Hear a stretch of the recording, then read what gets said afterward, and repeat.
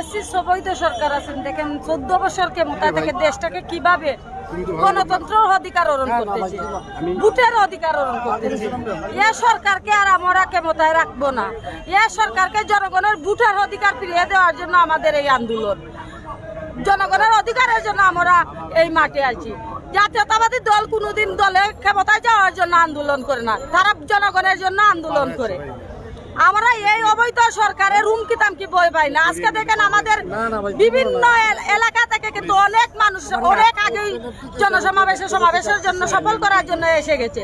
আমাদের দেশ নায়ক তারেক রহমানের নির্দেশে আমরা এই আন্দোলন সংগ্রাম চালিয়ে যাব।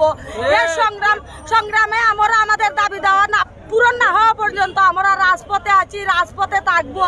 বাতের অধিকার, বুটের অধিকার, মানুষের মৌলিক অধিকার, এই ফ্যাসিস্ট অবৈধ সরকারকে আমরা ভয় পাই না, ভয় পাবো না। ওদের হুমকি তামকি ভয় না, ওদের যে পেট্রো বাহিনী পুলিশ বাহিনী আছে ওদেরকে পদবদ্ধ বসিয়ে রেখে আমাদের কিভাবে ভয় দেখায়? আমরা কি ভয় পাই? আমরা জিহাদ সৈনিক, আমাদের জিহাদ সৈনিক, আমাদের শরীরে রক্ত আছে। আমরা জাতীয়তাবাদী দল করি। জাতীয়তাবাদী দল কোনোদিন আন্দোলন করে না জনগণের জন্য।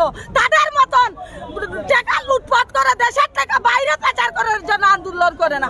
দেখেন এই যে হাসিনা সরকার পাগল হয়ে বলে কি হিন্দু সম্প্রদায়ের লোক নাকি তার পৈতৃক সম্পত্তি, বলে আওয়ামী লীগ বলে হিন্দু সম্প্রদায়ের লোক। এটা ভুল বলে। তার যে চামচা একটা আছে বাহার কি করেছে এবার দুর্গা পূজায়, বলে মদ মুক্ত পূজা করার জন্য।